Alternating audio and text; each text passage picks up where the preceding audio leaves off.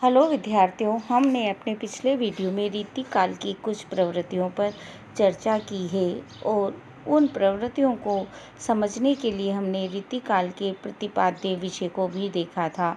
रीतिकाल के प्रतिपाद्य के विषय दो थे: काव्यशास्त्र के नियमों का अनुशीलन और सामंती जीवन का चित्रण।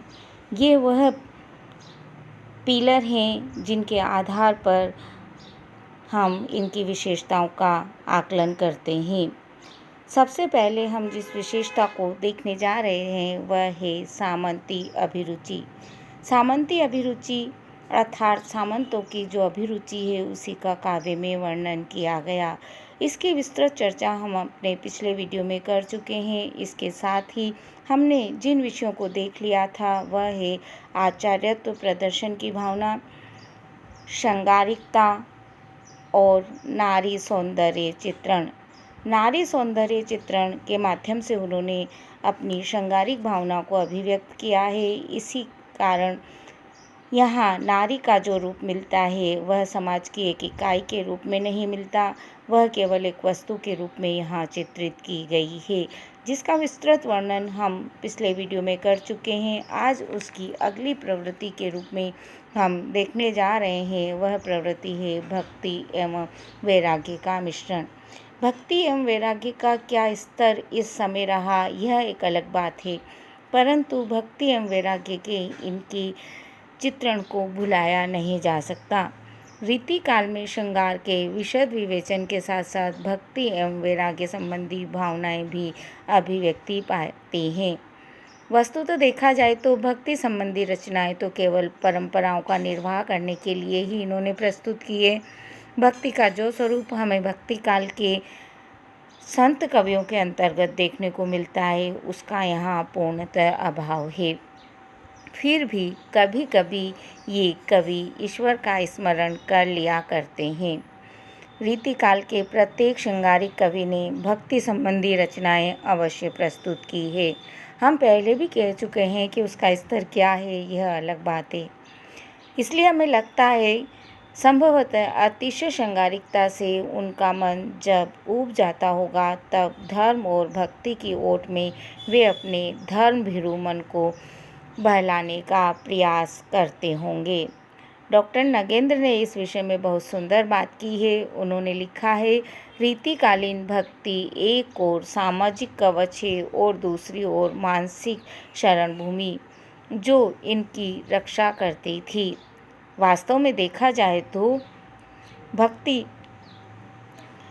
भावना इनके अंतर्गत वास्तव में भक्ति की अभिव्यक्ति के लिए नहीं है। जब यह अतिशय श्रृंगारिकता एवं भोग में लिप्त होकर परेशान हो जाते थे तब इन कवियों के लिए भक्ति भावना जीवन को आश्वस्त करने का एक संबल बन जाती थी, एक मनोवैज्ञानिक आवश्यकता थी।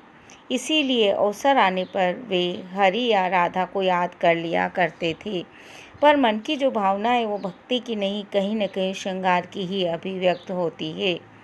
डॉक्टर ग्रियर्सन ने भ्रमवश इनमें से कुछ कवियों को श्रृंगारिक कवि न कहकर भक्त कहा है, और इसका कारण है क्योंकि ग्रियर्सन भक्ति की भावना को उस स्तर तक नहीं समझ पाए जिस स्तर तक यह भारतीयों के अंतर्गत मिलती है।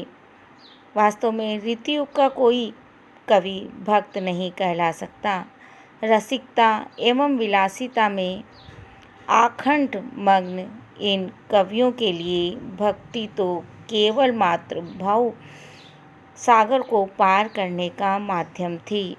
वास्तव में उनका मन तो पूर्णतः विलासिता में ही मग्न रहता था, उसी में रमता था, पर उनका संस्कारग्रस्त एक दुर्बल मन भी था जो उन्हें ईश्वर स्मरण के लिए कभी कभी विवश करता था। वृद्धावस्था में जब संसार की असारता, विलासिता एवं भोग के दुखदायी प्रभाव से वे परिचित होते थे तभी नीति एवं वैराग्य संबंधी भक्ति संबंधी बातें उन्हें याद आती थी और वे उन बातों को करना प्रारंभ करते थे।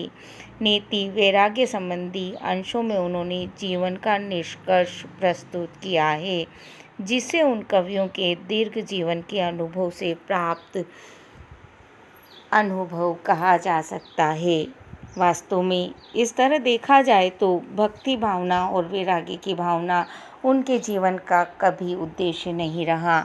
वे तो पूरी तरह से श्रृंगारिकता में डूबे हुए थे और उन्होंने स्वयं को ही महत्व दिया, अर्थात पुरुष को ही महत्व दिया, नारी को नहीं। नारी उनके लिए केवल एक श्रृंगार का माध्यम भर रही थी और वैसा ही उन्होंने चित्रण किया है। यही कारण है जब वे राधा कृष्ण के गीत गाते हैं तो नाम राधा कृष्ण का होता है, परंतु भावना उनकी श्रृंगारिकता की ही अभिव्यक्त होती है। रीतिकाल की अन्य प्रवृत्तियों को हम अपने अगले वीडियो में समझने का प्रयास करेंगे।